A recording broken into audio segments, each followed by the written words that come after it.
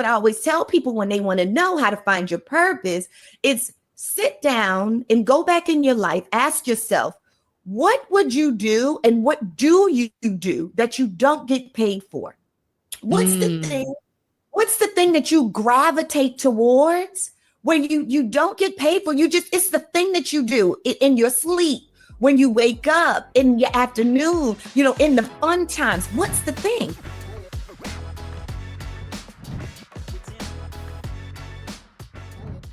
Before we get into today's episode, I want to make sure you subscribe to this YouTube channel. Also, if you don't want to miss any content that's being dropped, make sure you hit that notification bell as well. I also want to know who are the people you want to hear from on this show and what topics would you like me to continue to cover. Thank you so much for your continued support. Now, let's get into the episode. Well, welcome to the Mindset Mirror Connection podcast, the podcast where we debunk the eat less, move more, shrink more mentality and focus on what really matters, including your relationship with your beliefs, your body and food, and the behaviors that enhance both of those. I'm your host, Christina Hathaway, marriage and family therapist with specialized training in food and body obsession, certified personal trainer, and certified nutrition coach. And today, you're in for a treat. I have my girl, Andrea Wise-Brown, here today to talk about finding your passion and living with purpose. Andrea Wise-Brown is an LPC, a nationally recognized mental health expert and former hostage negotiator based in the Dallas-Fort Worth area. With over 13 years experience running her own private practice, Andrea brings both clinical expertise and real-world insights to the complex challenges people face today. She's the host of the Mental Health is a Lifestyle podcast, author of the transformative book, 6 Pillars to Power Up Your Mind, Mental Health is a Lifestyle, and a trusted voice in national media. Her ability to distill complex psychological concepts into practical, empowering tools has earned her features on major outlets, including Oprah Winfrey's network own Fox 4 News, SiriusXM, and Good Morning Texas, to name a few. Andrea's work centers around helping individuals break dysfunctional cycles, face challenges, and overcome barriers so they are empowered to live the life they desired. Affectionately known as the Power Starter, Andrea is celebrated for her dynamic energy, compassionate approach, and ability to help people tap into their inner strength. Whether working one-to-one, speaking on air, or addressing large audience, she's passionate about making mental health a lifestyle. You guys are in for such a treat. So let's get into the episode. All right, everyone. Welcome, Miss Andrea Wise-Brown, my girl. Okay, so real quick, people don't know that, I've been wanting to connect with other individuals who are like-minded, and we connected on your show, Mental Health is a Lifestyle podcast. And we just hit it off. So I feel like I've known you, like you were my friend from elementary school. It's crazy. Same. When I tell you your energy is amazing, but yet you're so grounded. And you're like the girl that we met in school and we were in the bathroom. And then from that time on, we were talking about all the things that was going on in school. And from that time on, you were my girl. We exactly. meet in the bathroom every day, whatever time. Mm-hmm. Exchange numbers. I went to your house. You went to mine. Yep. All of that. We did dance competitions together with the local park. That's actually one of my girlfriends from elementary school, Kendra. We did dance comps where we would make up our own dances and go to the local parks and recs, talent competition. Oh yeah. We got second place. So, Okay. I know. Listen. But guess what? Nope, that was good. But if it was you and me, you and I, game over. First place, baby. No shade. Over. Yeah. One thing we didn't talk about is my love, and I'll say expertise in I've been a hip hop dancer my whole life. So I was on the ASU Hip Hop Coalition at Arizona State. So that's been my thing. Everything. I mean, I just got into it with our, 90s music and hip hop and all of that. And then just started learning routines. Really, it started with Michael, with MJ, and learning his choreography. I remember being a little kid, and I mean, I still to this day know the entire choreography to Thriller, Beat It, all of that. And then it just developed into my love for hip hop and dance. And I was able to do it in college. So that is... Go ahead. When No, I was just going to say, when I say I'm obsessed, I'm obsessed. If you saw my mouth wide open, it's because my mouth was wide open. I was shocked, but I love it. It makes me love you even more. I mean, I know, like we are the same person. We just happen to live in two different states. How are things over in Texas right now? Isn't it? Didn't you guys get some crazy weather? We always get crazy weather. So no, just probably a lot of rain, but no. No, it's been pretty good. It's been good. It's getting Love it. ready to be hot, Mm-hmm. which is really, really hot. And I'm sure the same In there. Phoenix. Yep. It's Yeah. 103. Not now. Yes, now. Well, not like right now, but today. But also, you have to remember, we don't have humidity like you guys. That's true. So it's a different type of heat. That's right. Yes. Yeah. It's dry heat, as they say. Yeah, no, I was watching TV. No, I wasn't. I was looking at social media and someone had posted that Austin got like massive hail. And I'm like, that doesn't happen here. Like once in a blue moon, it will happen here, but not often. We barely get rain. That's the problem. That's the problem. Yeah. So we had a lot of rain for probably about, I want to say like 3 or 4 days. But, once that's done, it gets hot and then, and that's it. We get a little humidity. It's just, it's more humid in Houston, not as much in Dallas. So, but we do get a little humidity. So I guess we get a little bit of everything. And we do get a little bit of hail too sometimes. Yeah. We may be in Galveston for a month. So I'll let you know if y'all ever go down there. Oh, I really don't. The last time I've been to Galveston, my daughter, who is now 26, was a cheerleader. So, the competition back in the day. So we, that whole thing. Oh, so that was yeah. I don't really go to Galveston. Yeah. I don't either. So it'll be new for me too. It's like very inexpensive to rent something here. Anyway, so on my podcast, I always like just banter and chat. So this is not new for our audience. I love for them to just meet my friends and like they're just listening. They're just eavesdropping on our conversation. That is what I want for them. Yeah. Oh, I love it. So can I be raw, Christina? Yes. Okay. I'm just saying, not right in this moment. I just wanted, when you said they're eavesdropping, I'm just saying. You be as raw and open. We curse. We do all the things here. We do all the things. Okay. Yes. I've never been told to not to bring it back, and I probably wouldn't anyway. So that's how we roll. Okay. So talk to our audience. I gave your beautiful intro because I also want to know about OWN Network, but talk about, what drove you towards working in the mental health space. I think all of us have a different story. I've talked a lot about my own. What did that look like for you? Oh, gosh. So when we talk about, so really, I want to say that what got me here was my purpose. However, I didn't know that this is what it looked like.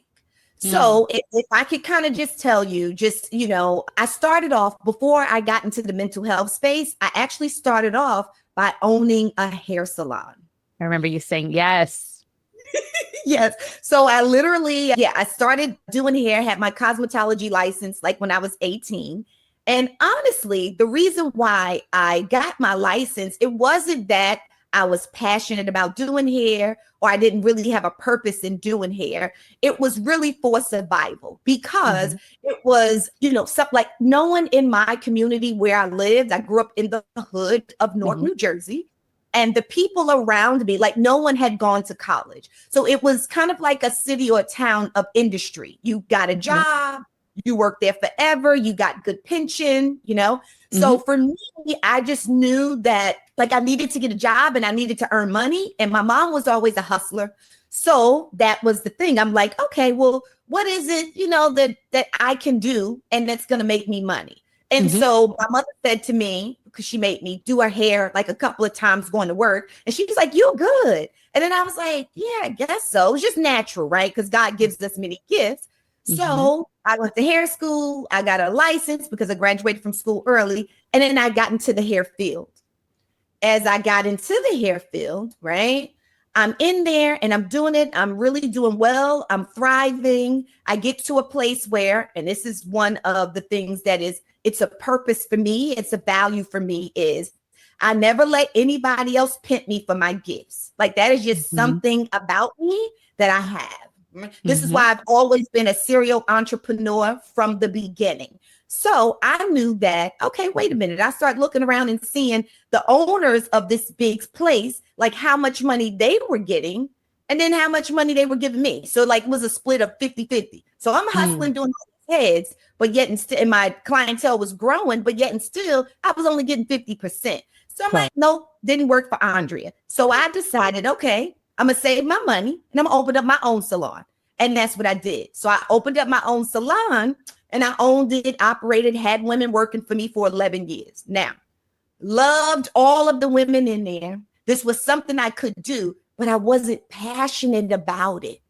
The only thing that I was passionate about was encouraging the women who came in there because they were like families. So there was so many women who would come in and come out. And I was just so passionate about the connections that I would make with them. And I have always been, I'm talking about from little on up, baby on up, elementary school where we would have met. Where we would have met. We would have met. I was always the girl that everybody would ask for advice. They'd always come to me for advice. So same thing, right? I'm young. I have a salon in the area. My name is known. So when the women would come in, they would see me and I guess they just trusted, I don't know, my energy and just how I moved around. So they would always ask me for advice. Now, I know that's something that many people do when you go to the salon and you go, get your nails done and stuff. For some reason, you always just randomly tell this person who's working on you all of your freaking business. Like, the assumption is that it's going to stay here. Don't know, but, that's the thing.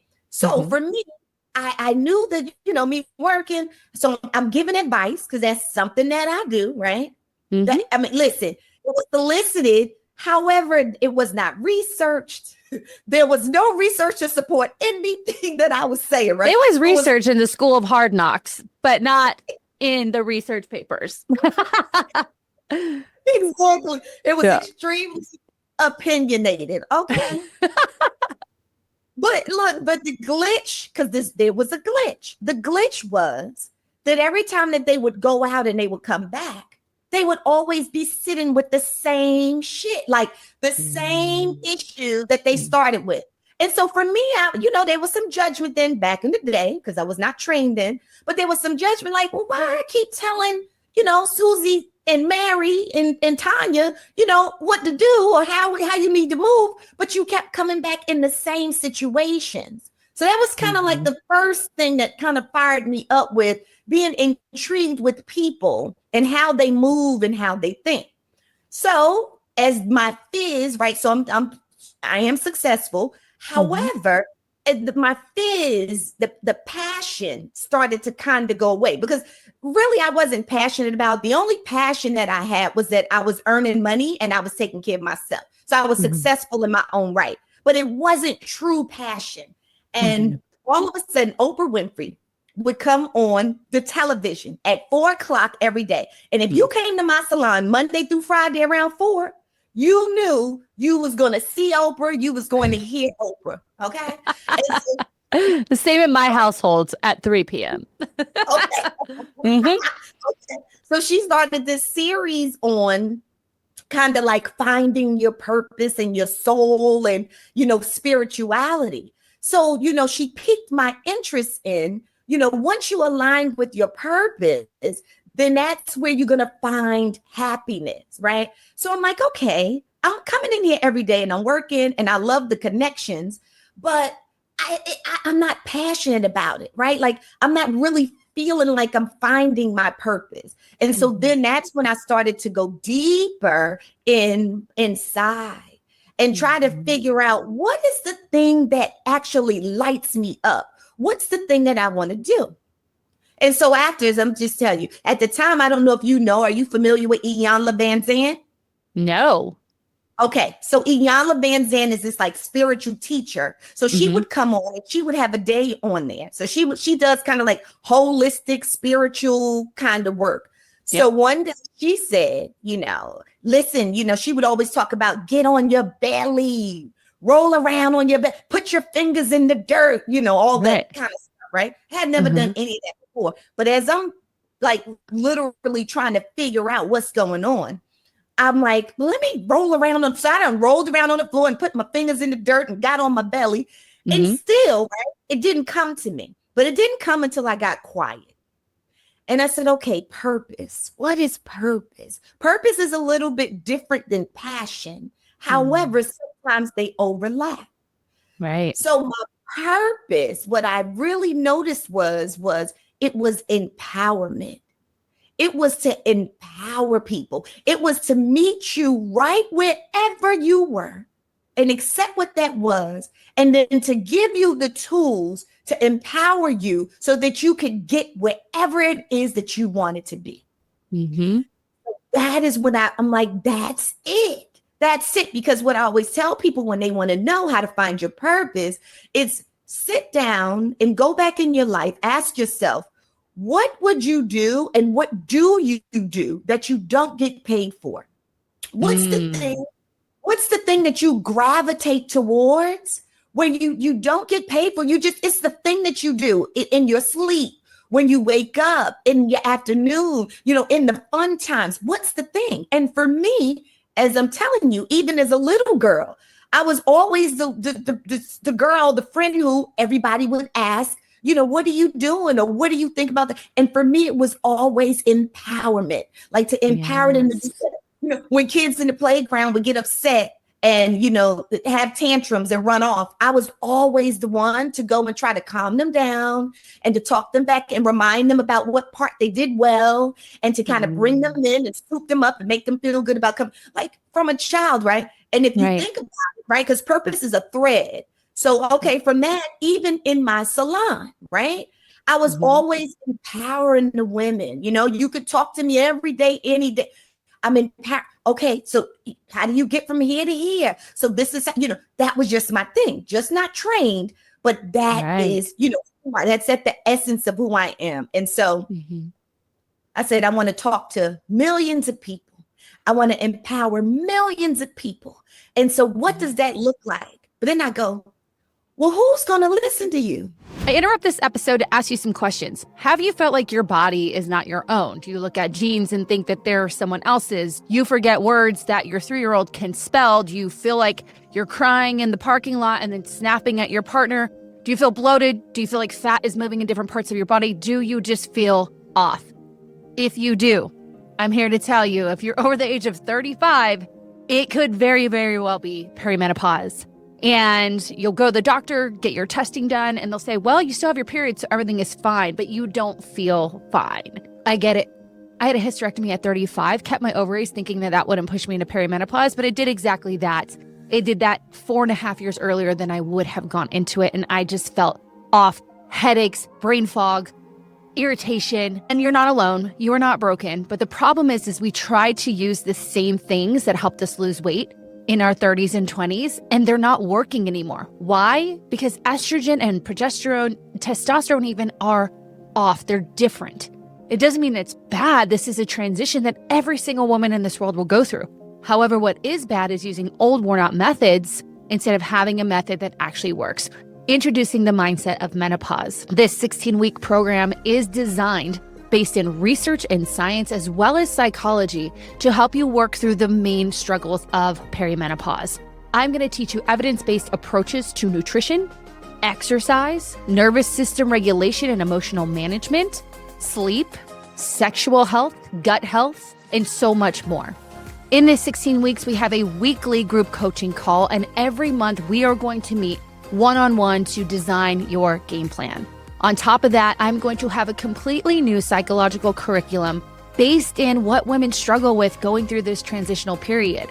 Body image issues, boundary issues, really just emotional and stress management, because life gets really lifey on top of hormones changing. On top of that, you'll get access to our community forum so you can be with like women who will say, hey, I'm here, I'm with you, we can do this together.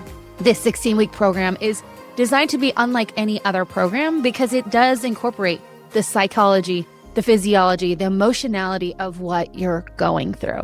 So if you are interested, please check out the show notes to sign up for a clarity call so we can talk about what your goals are, what your symptoms are, and I can give you a game plan. This call will provide you with all of the information that you need, and then you can decide if the Mindset of Menopause is the program for you. Now, back to the show. You got a cosmetology license, so you're doing real good running this salon. You know what I'm saying? But who's actually going to hire you? You hadn't gone to college for me at the time because it was an insecurity of mine. It was a fear. I didn't think I was smart enough to go to college because I didn't think that, I didn't see that in my community. And I thought that was for those girls over there, the privileged girls. Right. So anywho, I was like, who's going to listen to you? So that's when I really had to start doing some inner work, face my fear, apply to college, because I said, I need to have some letters behind my name so that, so that people would listen to me. And I also knew that I needed to learn why people wouldn't change. Like I needed to get to understand what I need to learn, everything about the brain and everything about human behavior, so that when I am empowering people, like it'll stick, like I could really see the change. And so all of those things put me into, let me go to school. And just from me starting in school is what led to, a therapist, because doing this, I can do all of the things and I can empower people. There you go. I love it. I love it. I love it. Well, and it's funny because like you said, a lot of people go to their stylist, their hair salon, their nail salon, and they are already sharing, right? And I think you and I spoke about it, how my hairstylist asked me to come in and teach them how to have more boundaries mentally. Did we talk about this? Well, we did not. Yeah, their salon wants me to come in and teach them how to not bring all of that home, because it is so prevalent to have people dump on you, right? Yes, you did, Christina. You did tell me that. Yes.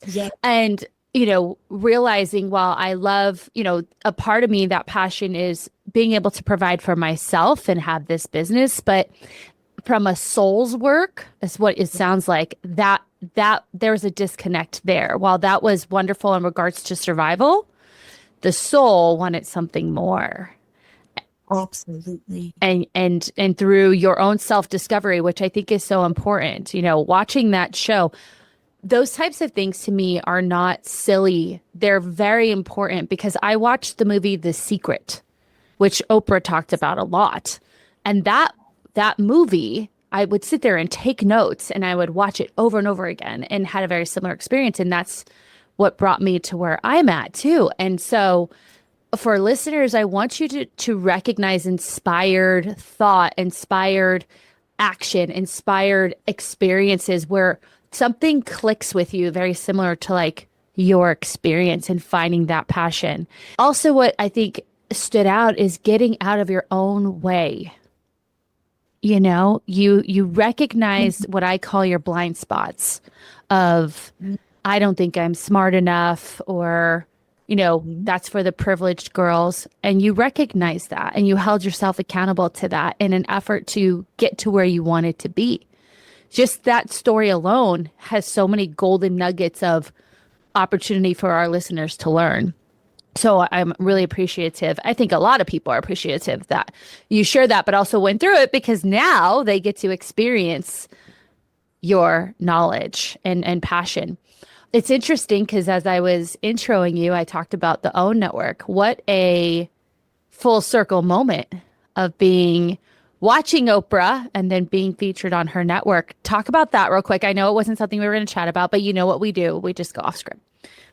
Oh, yes, give it to me. Ask me anything. So, yes. So this is my belief, is once we get in alignment with our purpose, our reason for being, right? I believe that passion, I told you sometimes it overlaps, but passion is the thing that lights you up, right? But purpose is that thing that keeps you going. right? There's an Mm. underlying theme. That's the alignment, right? Being in alignment with the reason why you are here. That's your why, your purpose. So mine was empowerment, right? So once I took the lead, like as you said, challenged myself, went to school, pushed through my fears, graduated top of my class. Okay. All Yep. right. Okay. Yep. So push through your fears, push through your fears. Okay. So then after doing that, I start working in the field. Wow. Okay. So as I started working in the field, it was actually one of my favorite job. This was actually my favorite job before I got my private practice. I used to work at the police station.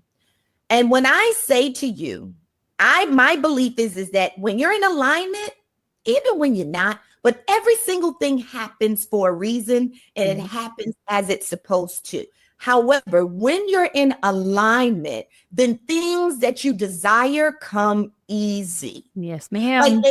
they fall in place so easy. All you have to do is think them, desire them, believe them. You don't even have to have the steps, but just be in alignment wherever you are in that moment, and then they just start falling into place.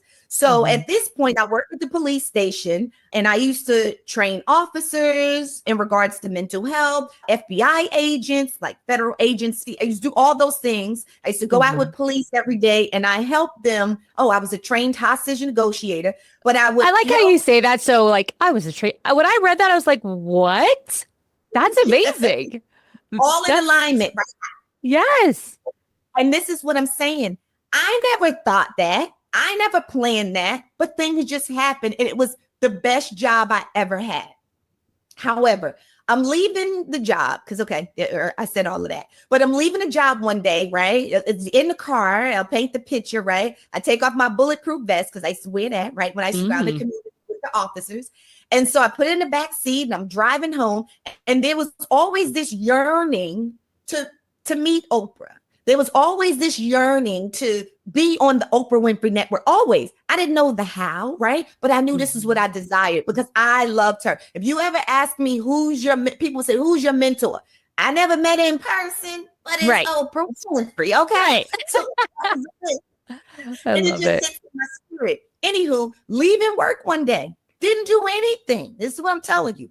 In my car, and sometimes when you're at a light, you just start looking down. And for me at the time, I don't even know if social media was a thing, but for me, I don't like social media, but for me at the time, I was looking at my emails.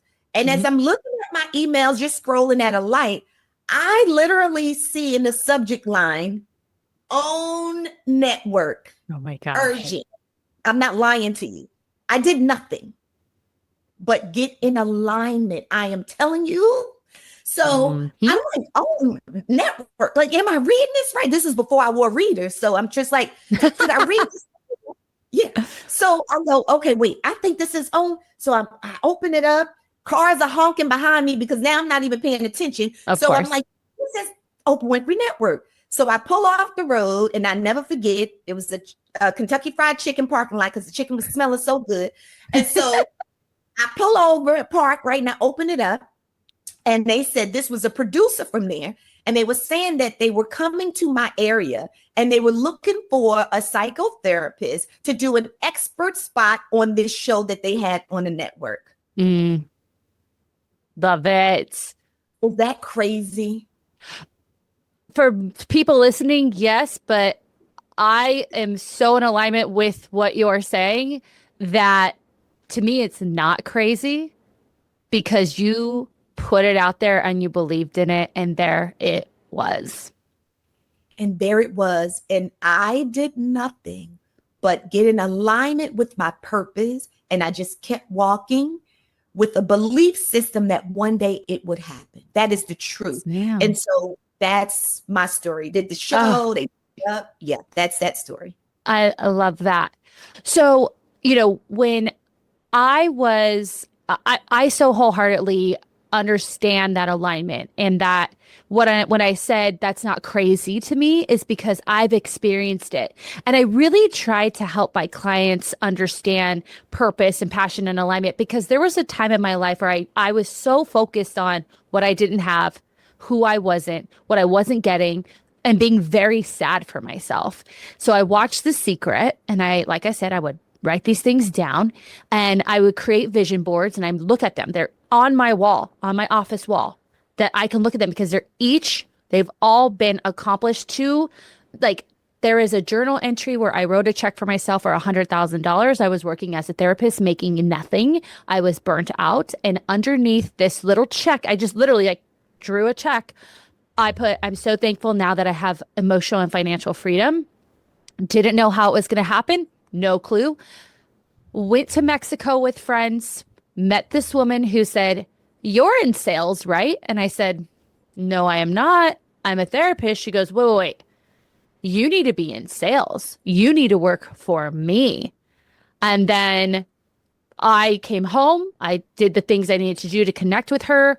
Long story short, I got offered a $100,000 starting salary job with zero experience in sales. So when I say I don't think that shit is crazy, is because I've witnessed it itself. Now, for those listening, let's talk to them about how they can be in alignment with their purpose and their passion. So where, for someone listening, do they start? Where do they start? What would be the first step? Yes. And when I tell you, I love that story. It fires me up because My favorite. It is so real and so true. Okay. So I would start where I started, and where I encourage my clients to start is asking yourself, get quiet, get off the internet and looking at other people and seeing what they're doing and imagining their success, because a lot of it's fake anyway. Okay. But come back, get quiet, and ask yourself, what is it that I would do? What is it that I would do for free? Like you, if all my bills were paid, everything was paid, I had tons of money, millions and millions, freaking say trillions of dollars in the bank, right? What would you do with your time?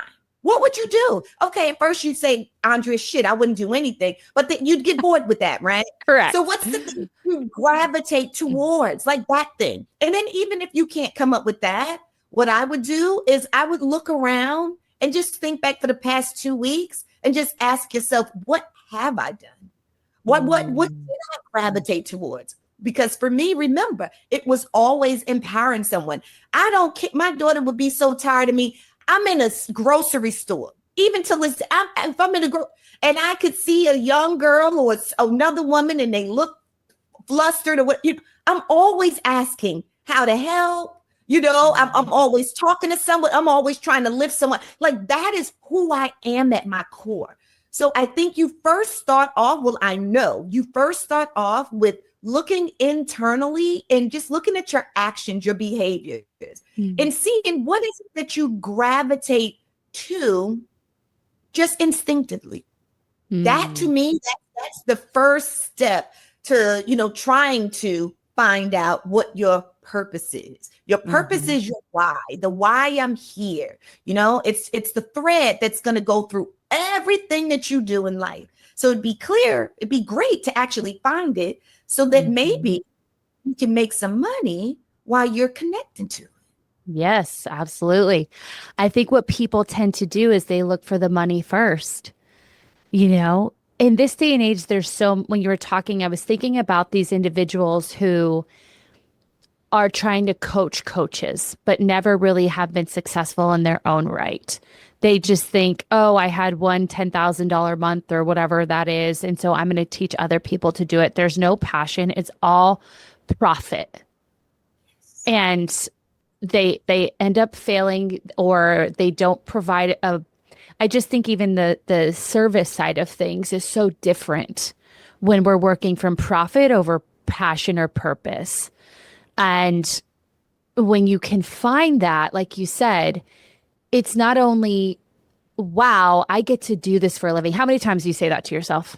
Like, this is my job. Wow, I get to do this. I probably say it once or twice a day, Yeah, I say it a lot. And I'm so happy, like, in the middle of it, especially if I get a client, certain clients light me up. Yeah. When I have clients and they have that aha moment, like that moment of clarity when they go from the light in their head being off to now it being on, or someone who was suicidal or saw darkness to now all of a sudden like thriving and feeling life and girl, when I get those moments, I'm like, God, thank you. Like when I say I'm just full of gratitude that I get to do this. Like this is my shit. You hear me? Right. Yes, absolutely.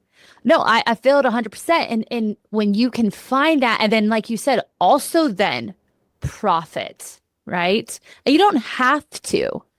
You know, one of my purpose is doing what I do now, absolutely. But there's also this side of me, because as you were talking, I'm thinking about how much I love animals and like giving back to children, especially in foster care.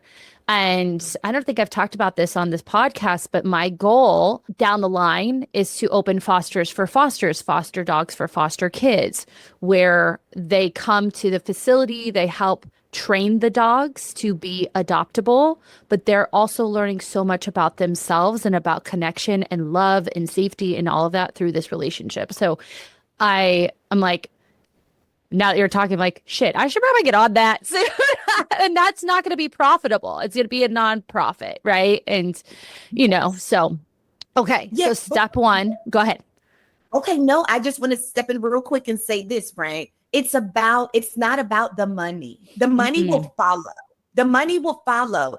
It's about quality of life. You want to find happiness, true happiness, let me back that up, but it's best to roll around in areas that light you up, that make you happy. And usually when you are in alignment, that's exactly what happens. And that's where when I talk about passion and purpose, so you have, right? We have passions change. So passions are the things that light you up.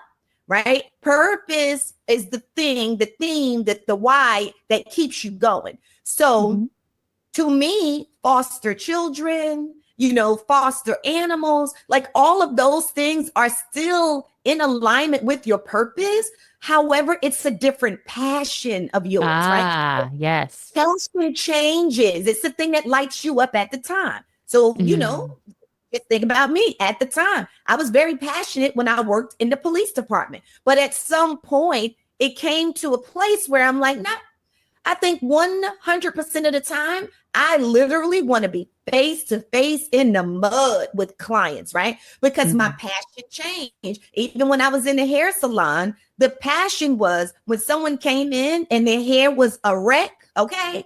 And so then once I worked on them and once I finished, honey, with my magic, when they left the body, they felt good about themselves. Like that gave me passion because I knew I made them look good. Right. But then it lifted, right? Because in passion, it burns out. So when you burn out, now it's time to transition into something else. So passion changes, but the purpose stays the same. So I love that. No, because the entire time, everything you're saying, you're empowering.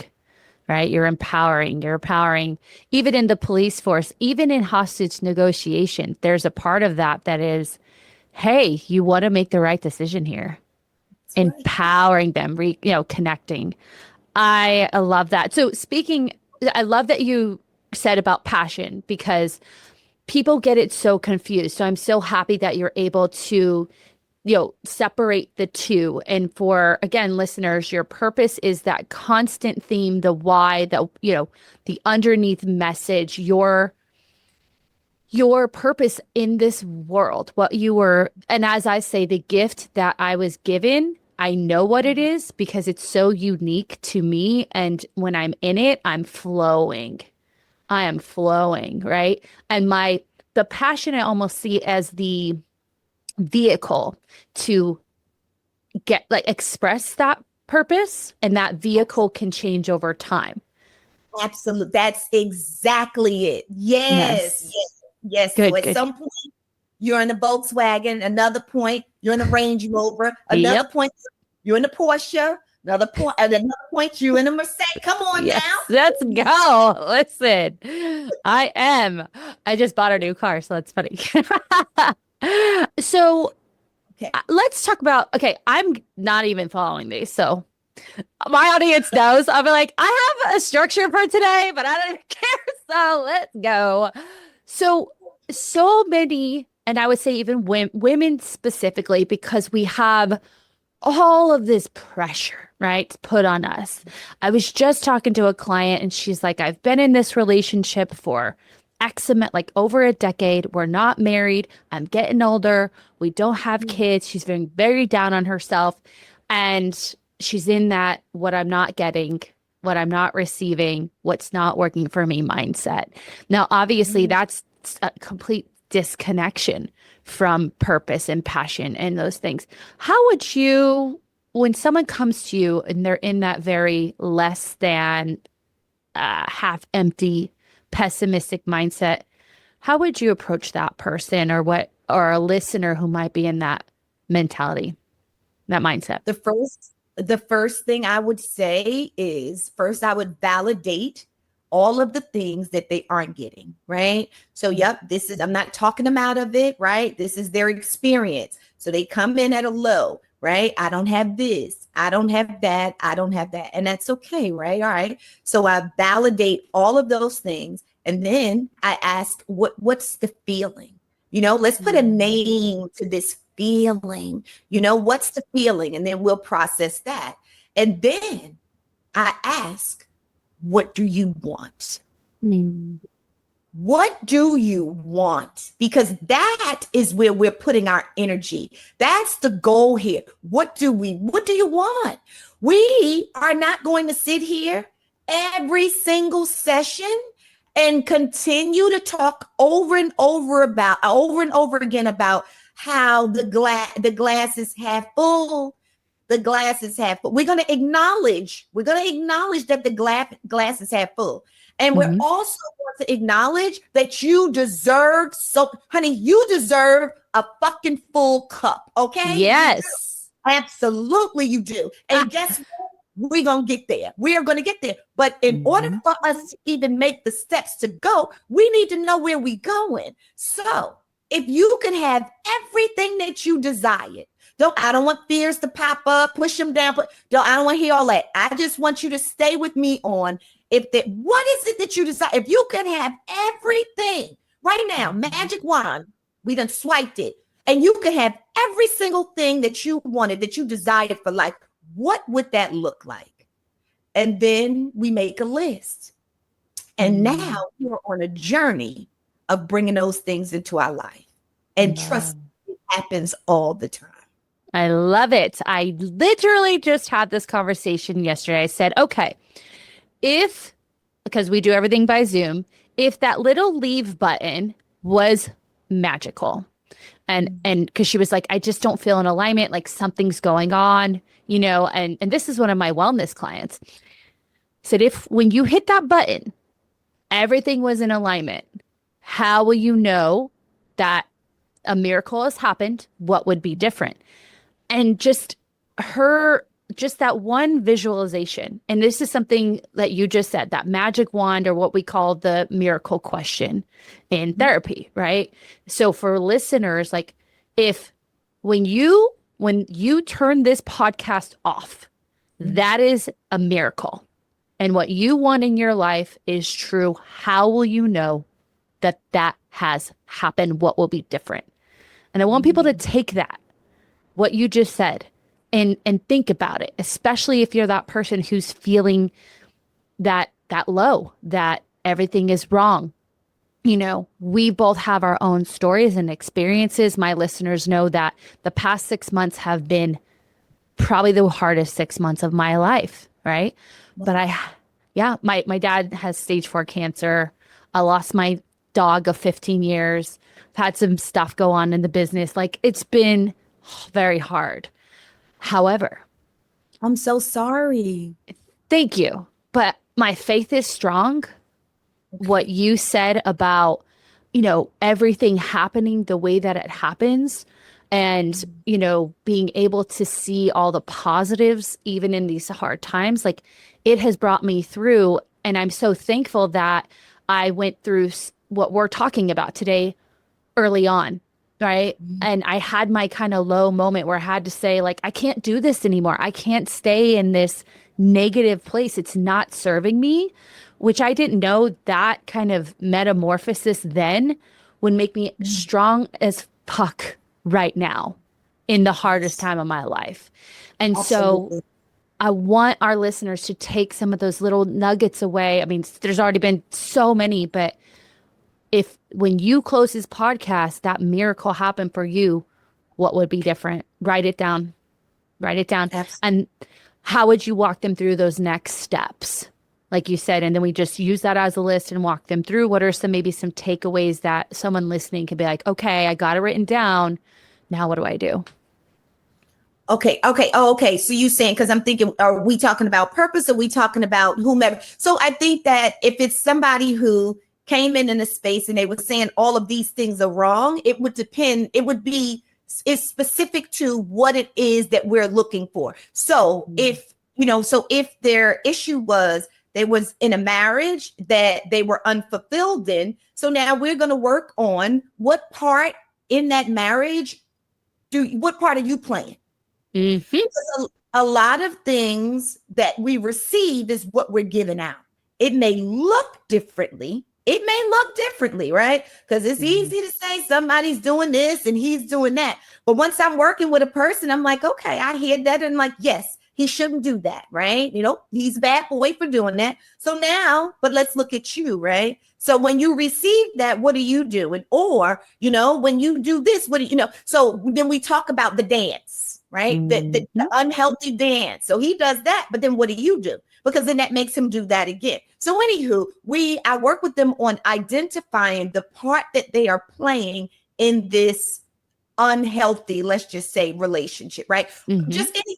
If there's issues with money, right? What part are you playing? Because once a person can figure out and take accountability for how they created their situation, then you realize that you have power because you have some power in creating this storm. So guess what? You have power, honey, and moving through it and changing it and creating whatever it is that you want. So I am huge with accountability. And accountability, listen, check this out. In an unhealthy relationship could look like you are continuing to stay in something that is abusive, right? You are rationalizing or justifying somebody's behavior who is abusive. So the accountability could be you going along with this, accepting this, but yet complaining when you're in therapy. So, okay, let's take accountability. Why are you here? Why do you keep going back? What's your win? Because you're complaining, but what's your win? And I always say, and I mean this, that I am not judging you, but let's get to the core. Because once we get to the core, honey, then we can pull it out and we can start to heal. We can do something differently. Absolutely. I mean, this is everything people need to hear because, I don't know if you know, I have another podcast called Dating Deja Vu. And my slogan is it might be deja vu, but it also might be you. And we talk about that. And, people oftentimes want to be the victim in their own reality. And by being victim, they're giving their power away. Yes. And it's hard work to say, oh my God, it's me. I'm the problem. It's me, right? With that song. And but like you said, once you realize, wow, I have so much involvement and responsibility in this, which also means I have so much power. That's right. And that is huge. That is huge. And getting through that, I think, is important because I know in my own journey, I did. And like you said to yourself, we have to get out of our own way. I do have a question about that. You said earlier, when you are living in purpose, obviously these things come in alignment. Can you be still working on getting out of your own way and connect with your purpose? Or do you feel like you have to do one to get to the other? What are your thoughts on that? Oh, no, you're always in your purpose. Remember, you can always live in purpose. That is your reason for being. Just imagine. right? That is your reason for being. That's why I say it's a thread. You know, it's your why as to why you even exist, because you are powerful. Like each and every one of us, you know, God picked, okay, to show up here on this earth and to do our thing, to be in purpose. And usually purpose has to do with connecting to others. I wouldn't care if it was baking cakes. That may be, you understand what I'm saying? Like that it's just giving, nurturing others. It could be a massage therapist. It could be, you know, like, so keeping others safe, like all of that. Yeah. So my point is yes, you always can live in purpose, but then things in life that happen for you, not to you, right? You know, you can still and you will still have the power to work through those things, because those things, right, is different than purpose. Those things are really presented in your life so that you are challenged, so that you can learn something and overcome them and be your best self, to be your most authentic self, so that you can really, even more so, rise in your purpose. So purpose is always good. It's your why. It's your why. It's your purpose saves you in moments where things in life happen that you feel, and I keep saying happen for you, not happen to you, right? So like, you know, and I'm so sorry that your dad, you know, that you're experiencing this. Yeah, it's hard because that happened with my godson last year, 32 years. So I have some connection to that. Absolutely. But as these things happen for you, right? Happen for you, then you do, hopefully you can do the work when you don't see yourself as a victim and you don't see them happening to you, but for you, you can really dig in and learn so much about you and become your most powerful self, still while living in purpose. If that makes any sense. I don't know.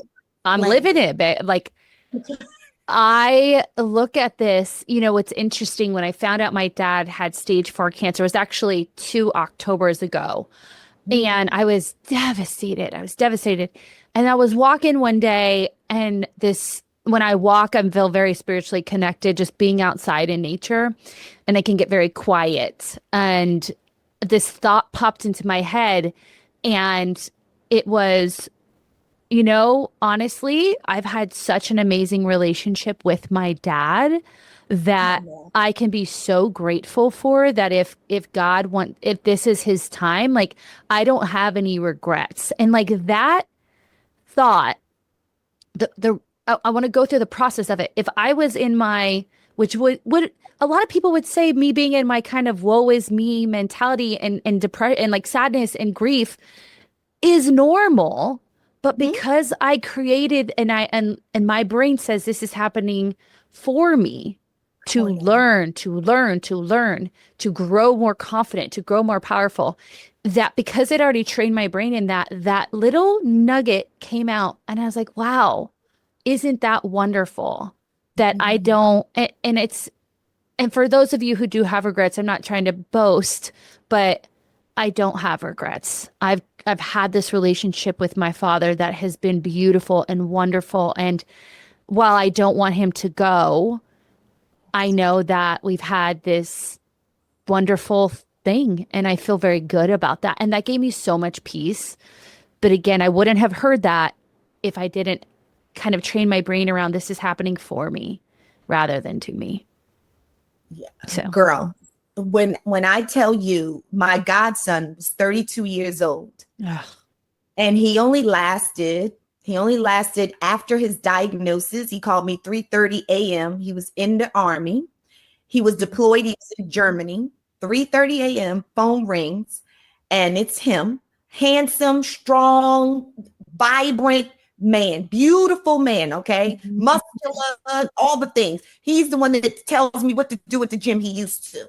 Anywho, he, from the date that he told me that, his life only extended to, we had no idea. He had a 3-year-old son at the time. Yes. Anywho, he lived just a year and a half after that. Just passed this July. But let me say something to you. He was my baby before I had my first child. Like he was my godson from the beginning. I was one of those godmothers that was like his mother chose when he was in her stomach. Okay. So when he came out, he was my babe. All right. But for this to happen, right? I will say to you, I have never faced anything like this. And he chose me to walk through this time with him, him, his wife, the baby, and my family. And me, from that moment on, to me going, advocating with him, going to doctor's visits, seeing his decline, but being along his side and doing everything, having every conversation that I want, talking about, to even get mad at each other, to even talking through, until being next to him on the last day when he took his breath, literally laying next to him, was a blessing. The fact, because, Christina, for some people, their loved one is taken just like that with no planning. You understand? No indication, that God is going to, take them or call them home. So I choose to look at that, even though it's horrific. I wish she was still here, right? But that's not my deal. That's between him and God, right? That's God's plan. Right. We can't change that, right? Even though I want to. However, I am so grateful for his life in that last year and a half. Yep. So I love it. To your point, I get it. Yeah. And I think a lot of people listening get it. And maybe in the moment they didn't, but through this conversation, they can see all of the blessings and, how the things they've learned, the opportunities, the connections that they had. You hear so many times people will have a phone call with someone that they hadn't because these hard things happen. And, there's just so much to that. But, coming back to like purpose and passion and recognizing that things are happening for us, not to us. I think again, the sooner you can, I almost think of this as like a practice in the gym, right? It's a mental health practice. And it's one that we as clinicians don't talk about as much because there is that spiritual aspect of it. But honestly, it's when I really conceptualize this idea and put it into practice, it's the healthiest I've been mentally in my life. Right? I get it. Yeah. And so I guess my question, and we've already kind of touched on these things, is like, how do we make, you talked about having that thread and then the passions come, but then also the hard times come, and getting through those hard times actually builds more confidence in that purpose. I really believe that. Like when you can do hard shit, you build confidence in your purpose and also your passion. But are there any other steps or things, takeaways that will help our listeners really feel like, wow, like I'm ready to do this? Like what else would you suggest to them? Okay. And I laughed when you were talking, right? And you said, when you're talking about the spirituality, and you go, as clinicians, we don't really, and I'm just saying, like, when I say to you, I am the most non-traditional clinician that you probably ever. Like I'm cussing up a store, but the people are like, what is happening? I'm like, my clients, I almost thought I had to sign like a release that like, hey, this is not like other therapies. Sorry. No, they know it. They meet me right at, listen, how I'm sitting here right now. This is me in therapy. Okay. I love it. Yes. So I am so non-traditional, but okay. So I had to chuckle when you said that. But okay, here we go. So, all right. I just wanted to say this. So remember I said it's your thread. But now if you're on here, you go, okay, so I don't even know what the thread is. I don't know the thing that, that I would just do when no one, when no one else, let me see. Watching. I don't know what it is that I would do, or I'm not even aware of what it is that I gravitate towards. There we go. And so I would say, ask your friends and your family. Ooh. Like, oh, yeah. And so, ask someone else. What do they see? What have you seen me do? And I will say this, right? One thing that I learned is when I was a little girl and I was going through grade school, honey, I would always get in trouble for what? Running my mouth. Talking. Me too. So every report card that I got, the teacher would say, Andrea is a good student. However, we have to work on her mouth. She talks too much, right? And I used to get spankings for talking too much. Yeah. But now, you hear me? Mom, she knows this. I get paid to talk because it is my purpose. It's a part of my purpose. You got me? Mm-hmm. So what I'm saying is sometimes you can see, people from far away, also another thing, just living in life, people will say to me, like if there's an event or anything, and I could not even an event, it would have to be a family thing. Because if it's an event, I'm going to be quiet unless I'm paid to talk. But if it's like a family thing, they know when Andrea walks in the room, we turn it up, right? Mm-hmm. And so sometimes older family members or whatever be like, girl, with your big mouth, or you're so loud. And guess what? That's all good. I embrace that. It used to shame me a little bit because people do that to shame you so that you quiet down, right? But let me tell you something. When I'm standing in a room and I'm getting paid and I have to deliver a message and the microphones don't work, guess who has no problem projecting? You understand? So those things, family, that people clown you for, they try to put you down for, but that are natural to you, look at those things. So I would say, look to the people around you, to families, to friends, to coworkers. You got what I'm saying? Mm-hmm. Because sometimes you can't see the things that come natural to you, other people can. And then I would say, I would take whatever that thing is once you find it and then say, oh, okay, I think I want to do more of this, right? I want to be in alignment with what this purpose is. And remember, right, the passion is going to change. But I would try to look to see Google AI, right? If I have this talent, what type of jobs? How can I get paid for this talent, right? And this is in your purpose. You got what I'm saying? So I would definitely do that. Now, if you're working a job 9 to 5 and it does pay you, you get a paycheck every week, every 2 weeks, right?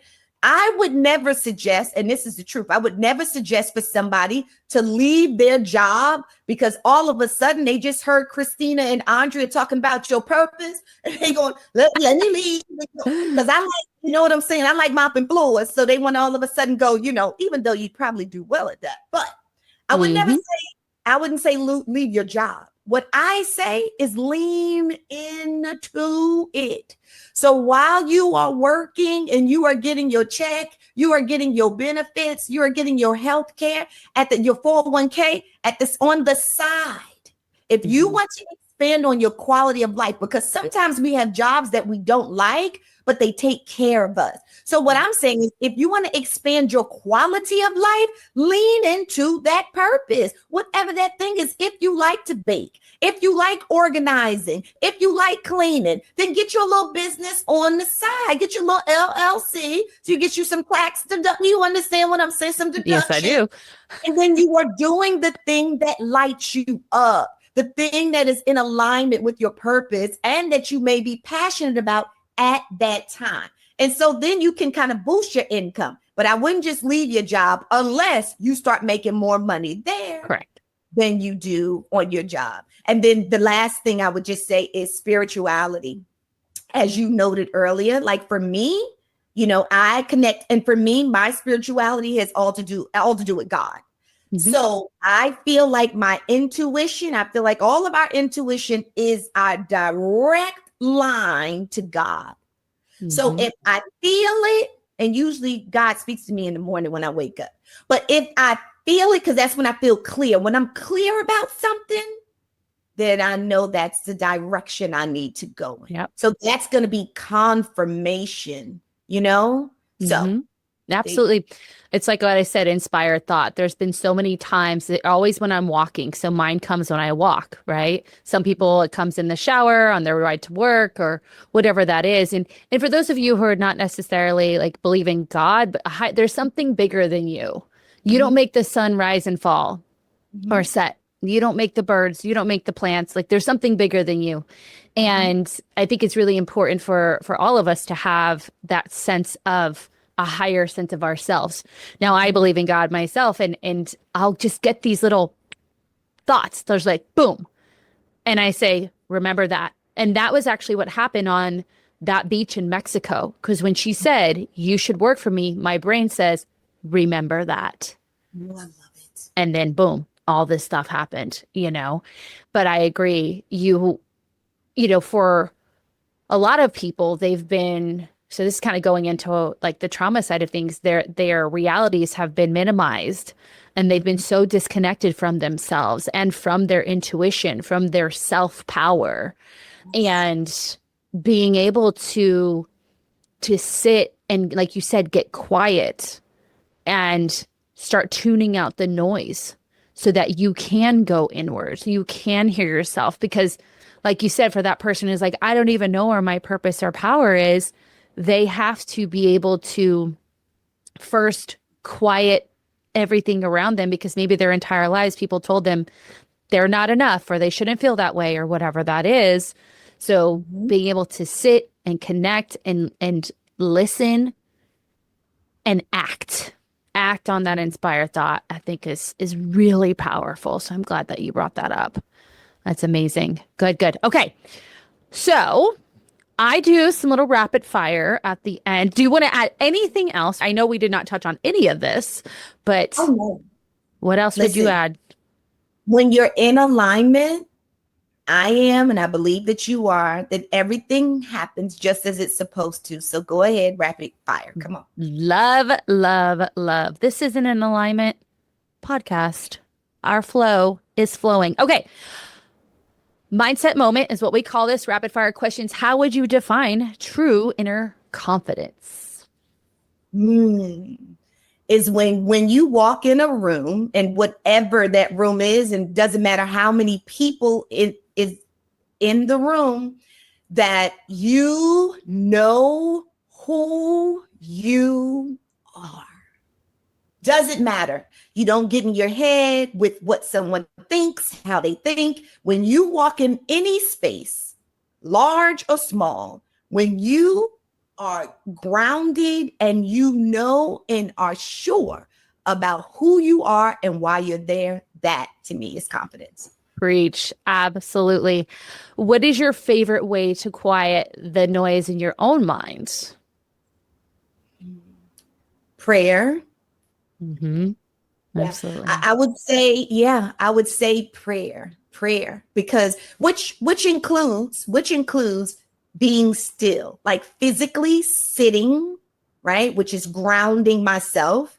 And when I'm sitting and I'm grounding myself, because this is what prayer represents, I'm assuming this is, as I'm thinking about it, is letting go of any other thoughts, any other needs, any other wants, and just connecting to, within my spirituality, to that higher source, which I say is God. So prayer. Right.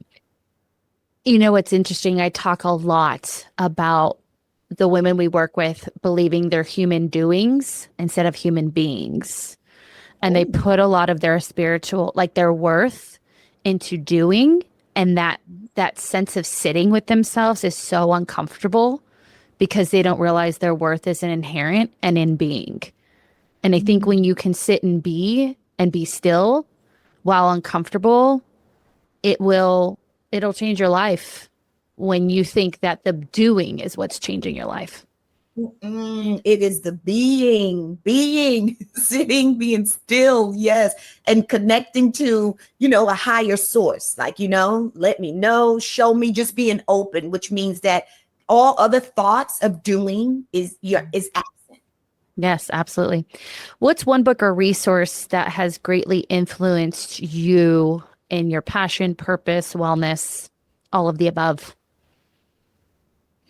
Well, the first book that comes to mind, and this has nothing to do with with purpose, but it has to do with passion, is Profit First. Like it really helped me to structure my business. Oh, I love that. Oh, yes. I haven't read it. Oh, go get it. I will. Yes, it literally has helped me now. I've read many books, but that is, and I'm going to just go with it because it's the first book that comes to mind. But it actually, because, I've been an entrepreneur all my life, right? Right. So Profit First changed my life. I love that. I love that. And then lastly, what role do you feel that mental health plays in physical health? Because obviously that's what we do here. What role do you think that plays? Oh, mental health is everything. If your mind is not right, then nothing else in your life is going to be right. So your physical health, what is it? Your nutrition, your money, your career, your family, your romantic relationships, every single thing. Let me tell you something. It is all rooted in your mental health. So if you want all other parts of your life to be healthy, then you have to start with the root, and that's your mind, your mental health. So absolutely, you get your mind right, and then you can exercise, and then you can make the healthy decisions to feed your body well, but it's your mind first. Everything is rooted in your mental health. Absolutely. I love it. I love it. All right. Well, tell our listeners where they can find you, and you will want to follow my girl. Like I have a bit of FOMO when I look at your stories. I'm like, I should be inserted here. I'll be the little Latina in your group. Like, what up? Yes. So not only will you get the educational side of things, but also plug the podcast as well. But you'll get all of the things following Andrea. So where can they find you? Yes. So yes, please. You can find me. Everything is A Wise-Brown. So I call my podcast listeners family. So I'm going to call y'all family too. So yeah, so family. So my name is Andrea Wise, Wise-Brown, Brown. So that means all my social media handles, everything, my website, it's all A Wise, Brown, Brown. And I always love to use the wise this because we're smart. Yes. Smart. I love it. And then the podcast is Mental Health is a Lifestyle. Don't plug it, baby. Right. That's right. The podcast, come on, it's everything mental health. So that's what I'm saying. So the name is Mental Health is a Lifestyle. As your last question, everything is rooted in mental health. And on my podcast, we talk about everything because everything spawns from your mental health. So we talk about your physical health. Like I'll talk to doctors on there. Christina was on my podcast. Yes, counseling on there, nurses on there. I even have some reality show TV. One of my besties, right? This was a show she had me watch, The Never Ever Mets or something. And she loves all the Love Island and everything. So anywho, we watched it and then I gave my perspective from a therapist. So you can find everything on the Mental Health is a Lifestyle podcast. And so you can access it on YouTube if you want to see me talk. But if you just want to hear me talk, it's found on podcasts everywhere. Perfect. Definitely give my girl a follow. Thank you so much. Again, every time, I know but even speaking on in DMs, like our thread is real and I love it. I wonder if the threads of purpose also thread you to people who have similar threads. So anyway, thank you. I absolutely love this. And I hope that we can have you back on because there's so much more to your story. Like I was thinking about even your story with your own health and wellness. So I hope to have you back on. Thank you guys for listening. As always, if you haven't already, make sure to hit that follow or subscribe button wherever you're listening to this podcast.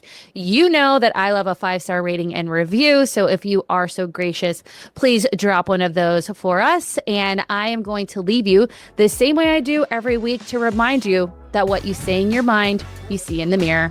Bye-bye.